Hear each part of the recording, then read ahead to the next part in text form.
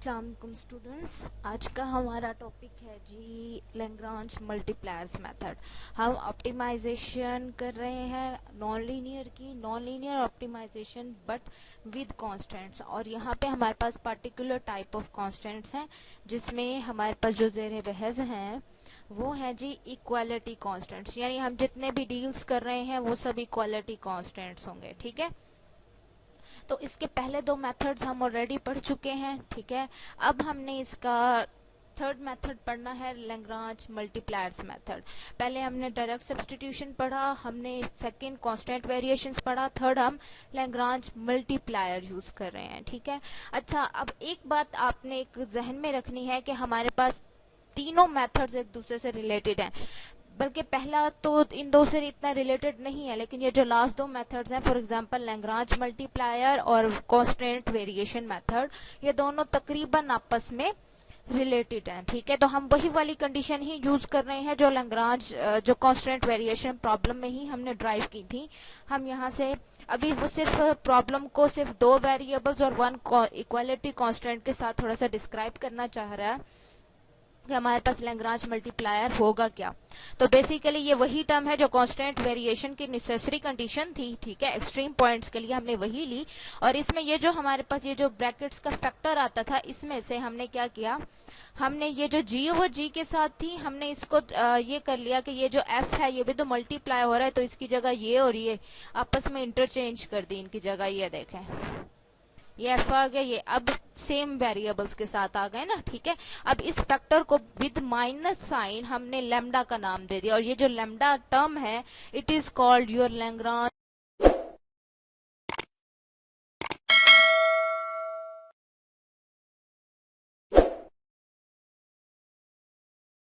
Multiplier. ठीक है, अब जब हम इसी टर्म को वहां रिप्लेस करें, ऊपर वाली इस इक्वेशन नंबर 7.5 में रिप्लेस करें, तो हमारे पास ये टर्म बनती है। अब देखें, अगर मैं इसी टर्म से थोड़ा सा एसोसिएट करना चाहूं, तो बेसिकली अगर नाम दे दूं कि L इक्वल है सम F प्लस लेमडा G का, तो ये वाली टर्म होगी partial L over partial x2। ये भी x1 x2 का फंक्शन, ये भी x1 x2 का फंक्शन। ठीक है, लेमडा एक स्केलर कांस्टेंट कोई भी वैल्यू आएगी, क्योंकि ये किसी एट अ पॉइंट पे हमने वैल्यू पुट किया है ना। ठीक है, तो ये हमारे पास ये बनेगा। ठीक है, तो इसी कंडीशन को हम यहीं से जनरलाइज कर रहे हैं, और यहां से हम एक necessary condition for Lagrange multipliers associate करते हैं कि हम L एक कंसीडर करते हैं जो x1 x2 और लेमडा का फंक्शन होगा। x1 x2 का इसलिए कि f और g x1 x2 के हैं, और लेमडा इसलिए कि लेमडा हमारे साथ ये मल्टीप्लाई हो रहा है। हमें तब तक एक्चुअली लेमडा की वैल्यू निकालना ऐसा है कि हमने इस रेशो की वैल्यू इस एक्सट्रीम पॉइंट पे निकाली है। ठीक है, तो दैट मीन्स हमें लेमडा की वैल्यू निकालने के लिए एक्सट्रीम पॉइंट्स का पता होना चाहिए, जो कि हमें नहीं पता होता इनिशियली। तो लाजमी बात है, जब इनिशियली हमारे पास लेमडा की वैल्यू नहीं पता, तो ये भी एक अननोन रिप्रेजेंट होता है। ठीक है, तो हमने क्या करना होता है, अब हम पे इस पे वही इनिशियल कंडीशन जैसे हम मल्टी वेरिएबल के लिए सॉल्व करते हैं ना सिंगल। अब ये क्या बन गया, अब इसमें कोई कांस्टेंट वाला नहीं है, हमने क्या कर दिया इसको without constant multi variable function में। ठीक है, अब ये कौन सा कन्वर्ट हो गया, जो हमारा काम हमने चैप्टर 6 में किया है। ठीक है, पहले कर लिया x1 का x2 का, ठीक है, इक्वल्स टू 0 पुट किया, फिर L वाले का भी। तो यही तीन इसकी क्या है नेसेसरी कंडीशंस। ठीक है, अब इसी तरह से वो कहता है अगर जनरल प्रॉब्लम हो, हमारे पास कोई g i's ऑफ x यानी कोई m हमारे पास कांस्टेंट्स इक्वेशंस हो, तो हम उन m के साथ हम लेमडा 1 उतने ही हमारे पास लेमडा n तक वैल्यूज चेंज होती जाएंगी, हमारे पास लेमडास भी उतने ही आएंगे। ठीक है, यानी हर एक के लिए डिफरेंट लेमडा। ठीक है, और ये जनरली उसने डेरिवेटिव्स की इक्वेशंस रिप्रेजेंट की हैं। ठीक है, अब यहाँ से जब हम सॉल्यूशन निकालेंगे तो x स्टारिक और लेमडा स्टारिक भी फिर एक वेक्टर हो जाएगा, जिसमें लेमडा 1 स्टारिक है, लेमडा 2 एंड लेमडा m स्टारिक हमारे पास ये मिलेंगी। ठीक है, अब कुछ नोट्स और लिमिटेशंस है जो हर एक के लिए होनी चाहिए। वो कहता है आपके प्रॉब्लम में आपका partial g over partial x2 not equals to 0 हो। ठीक है, is an essential condition if dx2 is expressed in terms of dx1। ठीक है, जब हम वेरिएशन करते हैं तो वो कहता है ये इक्वल हो, और अगर रिवर्स जाना है तो ये वाला नॉट इक्वल्स टू 0 हो। ठीक है, दोनों में से कोई एक कंडीशन लाजमी होनी चाहिए। अब वो एक और कंडीशन कह रहा है, वो कहता है अगर लैग्रांज फंक्शन को हम ये वाला कंसीडर कर रहे हैं या फिर ये कंसीडर करें, however in the second case we get the values of lambda in the negative sign. तो दोनों में कोई फर्क नहीं आता, एक्सट्रीम पॉइंट्स दोनों में सेम आते हैं एक्स्टारिक वाले, लेकिन इसमें लैम्डा के साइन पॉजिटिव आते हैं और इसमें लैम्डा की वैल्यूज नेगेटिव साइन के साथ आती हैं। लैम्डा की वैल्यूज भी सेम होगी लेकिन नेगेटिव और पॉजिटिव साइन का फर्क होगा। ठीक है, तो आप दोनों केसेस को कंसीडर ले सकते हो, कोई इशू नहीं है। ठीक है, तो वर्किंग रूल्स की तरफ आते हैं, प्रोसीजर की तरफ। ठीक है, प्रोसीजर ये है कि सबसे पहले आपको फंक्शन क्या करना है, एफ ऑफ एक्स आई जो मैक्सिमाइज है, हमने इंश्योर करना है कि उसके सारे के सारे कॉन्स्टेंट्स इक्वल टू 0 कर लें हम।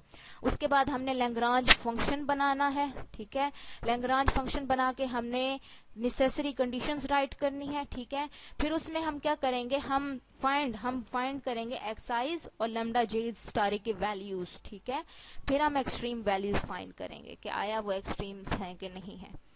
फॉर एग्जाम्पल ये हमारे पास फंक्शन है। ठीक है, ये हमारे पास कांस्टेंट है। ठीक है, फर्स्ट स्टेप क्या था कि हमने इसको इक्वल टू 0 बनाना था, वो बना के हमने ये लैग्रांज फंक्शन उन्होंने लिख लिया है।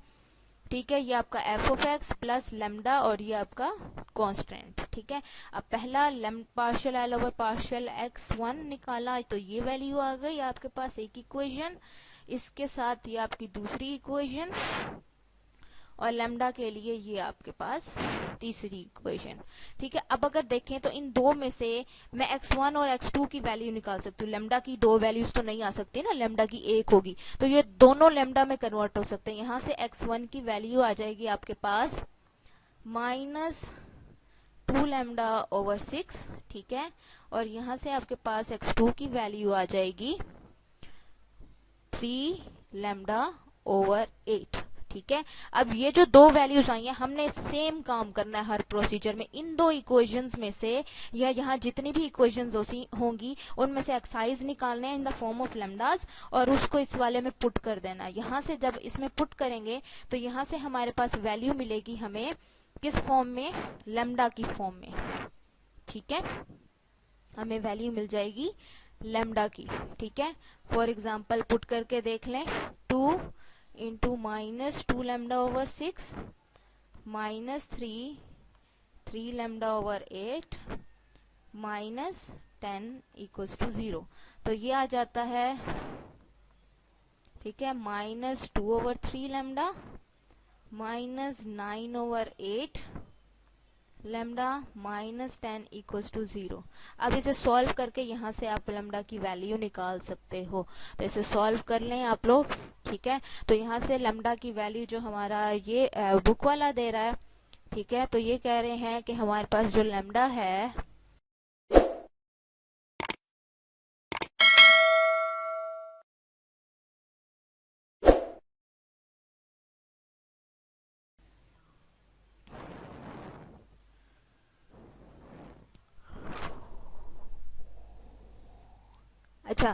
अच्छा, यहाँ पे उन्होंने जो केस सॉल्व किया है ना, उन्होंने लैम्डा निकाल दिया। आप चाहे तो यहाँ से लैम्डा की वैल्यू निकाल के भी काम कर सकते हो, या फिर ये भी हो सकता है कि आप ये इक्वेशन 1 और ये इक्वेशन 2 को सॉल्व करके लैम्डा को कैंसल आउट कर लो। आंसर किस में आ जाएगा, x1 और x2 वाली सिचुएशन में। ठीक है, तो फिर उसको वहां से सॉल्व करके आप यहाँ से भी ले सकते हो।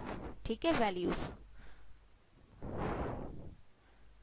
सेम, फिर वहां से लैम्डा निकाल के आप यहाँ से अब वैल्यू, लैम्डा की वैल्यू निकाल के आप यहाँ पुट कर सकते हैं। लैम्डा की वैल्यू चले हम निकाल लेते हैं, थोड़ा सा यहाँ करके देख लेते हैं। हमारे पास है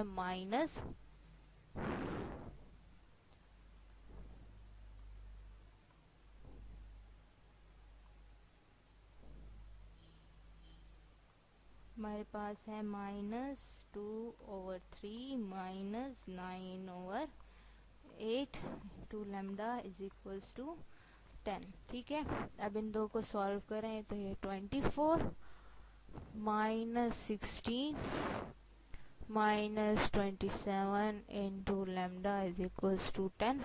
तो लेमडा की वैल्यू आ जाएगी 10 माइनस 27 ओवर, क्या वैल्यू आएगी, माइनस माइनस प्लस होके 27 और 16, इट्स 43। ठीक है,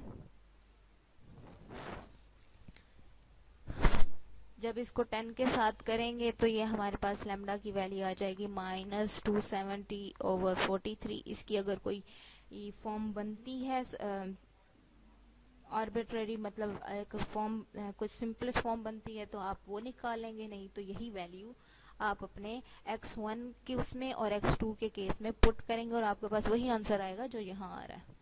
ठीक है, चेंज नहीं आएगा, यही आंसर्स ही निकलेंगे आपके। ठीक है,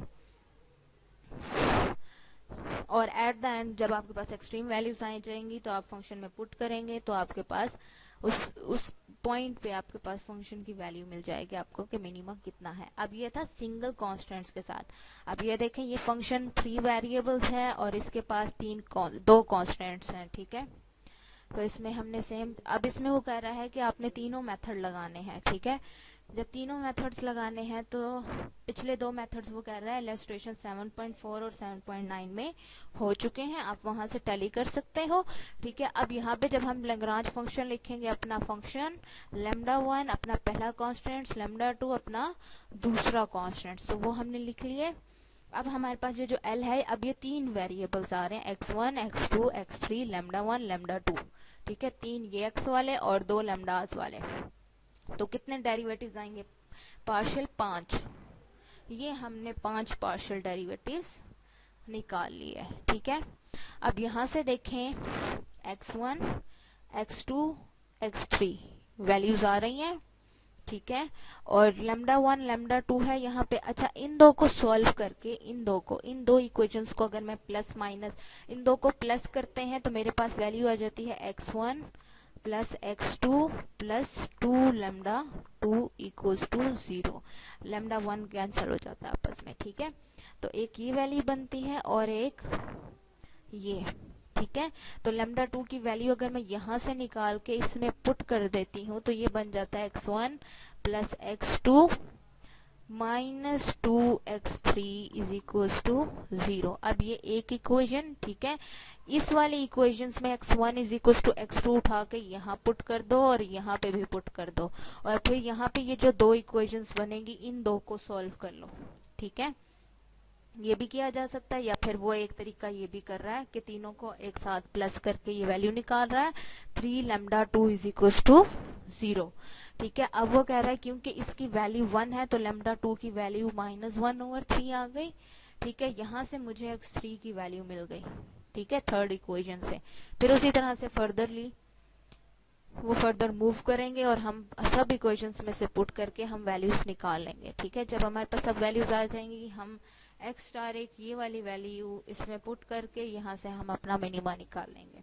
ये बड़ा आसान सा मेथड है, सिर्फ आपको नेसेसरी कंडीशंस का सबसे आसान मेथड जो है अब तक का लैग्रांज मल्टीप्लायर मेथड है। ठीक है, अगर आपको इसका थोड़ा सा भी बेसिक्स का पता हो, बड़ा आराम से बंदा ऐसे सॉल्व कर लेता है। आप देखें यहाँ पे ये फंक्शन जो है मल्टी वेरिएबल है लेकिन कॉन्स्टेंट्स इसके पास एक है, यानी इसके पास एक्स आइज तो बहुत सारे हैं। ठीक है, एक्स आइज कितने हैं, x1 है, x2 है, x3 है, यानी 3 वेरिएबल्स हैं। ठीक है, एट अ टाइम इसके पास 3 वेरिएबल्स हैं लेकिन कांस्टेंट फंक्शन एक ही है। ठीक है, तो इसके पास 3 1 4 डेरिवेटिव हम निकालेंगे, x1 से, x2 से, x3 से और लैम्डा से। फिर सिमिलरली इन दो में से सॉल्व कर लेंगे कि लैम्डा निकाल लें, या फिर इन सब की value in terms of lambda निकालें, या लैम्डा की वैल्यू निकाल लें और दूसरे में पुट करके और फिर उस तरह से सॉल्व करें जैसे आप इनको सॉल्व करना चाहो। ये 5 इक्वेशंस हैं, आपने जस्ट इनको सॉल्व करना। हाँ, आप इनकी मैट्रिक्स फॉर्म के साथ भी आप इनको सॉल्व कर सकते हो। कैसे कि आप बना लो कि हमारे पास एक मैट्रिक्स बनता है -8, ठीक है, 4 2 2 1। ठीक है, और यहाँ पे आप लिख दोगे कि ये x0 x0 वाला या कोई भी नहीं, बल्कि आप यूं लिख लो 1 x1 x2 x3, पेज पे लिख देती हूँ आपको। हमारे पास किस तरह से बनेगा कि आपका यहाँ पे जो भी रोज मैट्रिक्स आएंगी, जो रोज में लिखी होंगी वो यहाँ पे आप रोज में लिखते जाओगे, और यहाँ पे आप लिख दोगे 1 x1 x2 x3 और लेमडा, ठीक है। और इक्वल्स टू आपका ये मैट्रिक्स आता है 0 0 0 0 वाला, ठीक है। तो आपने रोज किस तरह से लिखनी है, पहला कोफिशिएंट जिसके साथ कोई वेरिएबल नहीं है, x1 का कोफिशिएंट, x2 का कोफिशिएंट, x3 का कोफिशिएंट और लेमडा का कोफिशिएंट, पहली इक्वेशन में से, फिर दूसरी इक्वेशन में से, फिर तीसरी, फिर चौथी, फिर पांचवी, इसी तरह से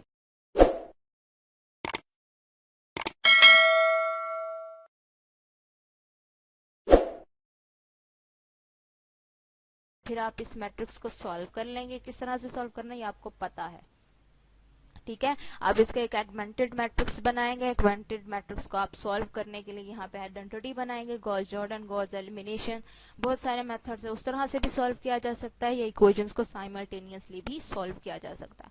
आपकी मर्जी, आप जिस तरीके से मर्जी सॉल्व करो, ठीक है। जब इक्वेशंस बन जाती है ना, लीनियर इक्वेशंस, आपका अपना मर्जी है कि कैसे सॉल्व करते हो, ठीक है। ये आगे फिर से वही इलस्ट्रेशन दी हुई है, दो वेरिएबल्स का फंक्शन है, एक कांस्टेंट दिया हुआ है सिंपली, ठीक है। अच्छा, अब है इलस्ट्रेशन 7.15। अब ये कोई बंदा प्रेजेंट करेगा, ठीक है। तो ये किसी न किसी की प्रेजेंटेशन होगी, जो लेना चाहे वो ले सकता है, नहीं तो फिर हम खुद असाइन करेंगे, ठीक है। आगे समरी है, कुछ की पॉइंट्स है। अच्छा, ये जरूरी नहीं है कि आपको डेफिनेशंस वहां से करनी है, आप डेफिनेशंस यहाँ की कंसेप्ट्स वाले बेसिस में से भी कर सकते हो, कोई मसला नहीं है, ठीक है। अच्छा, उसके बाद कुछ रिव्यू ऑफ एक्सरसाइजेज हैं कि एक्सप्लेन करें कि प्रॉब्लम्स क्या होते हैं, जस्ट थ्योरी के क्वेश्चंस, ठीक है। कि यूँ समझ लें आपके चैप्टर में आपने जो जो कंसेप्ट्स पढ़े हैं उनको जनरली ब्रीफ कर रखे, क्या आप उनको पढ़ के देख सकते हो कि क्या वाकई ही आपको ये कंसेप्ट आ गए हैं कि नहीं, ठीक है। इसी तरह से इसमें से आपने जो क्वेश्चंस करने हैं, ठीक है, मेरे ख्याल से पहला वाला करना है डायरेक्ट सब्स्टिट्यूशन का है, ये मैं बता भी चुकी हूँ इसमें से कुछ, ठीक है। दोबारा से बता देती हूँ ताकि एक दफा ओवरव्यू हो जाए। सेकंड करना है, थर्ड, 4 5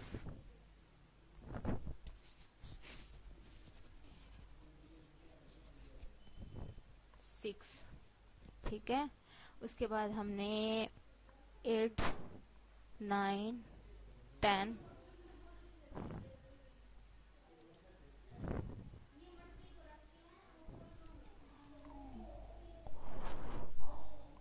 12 13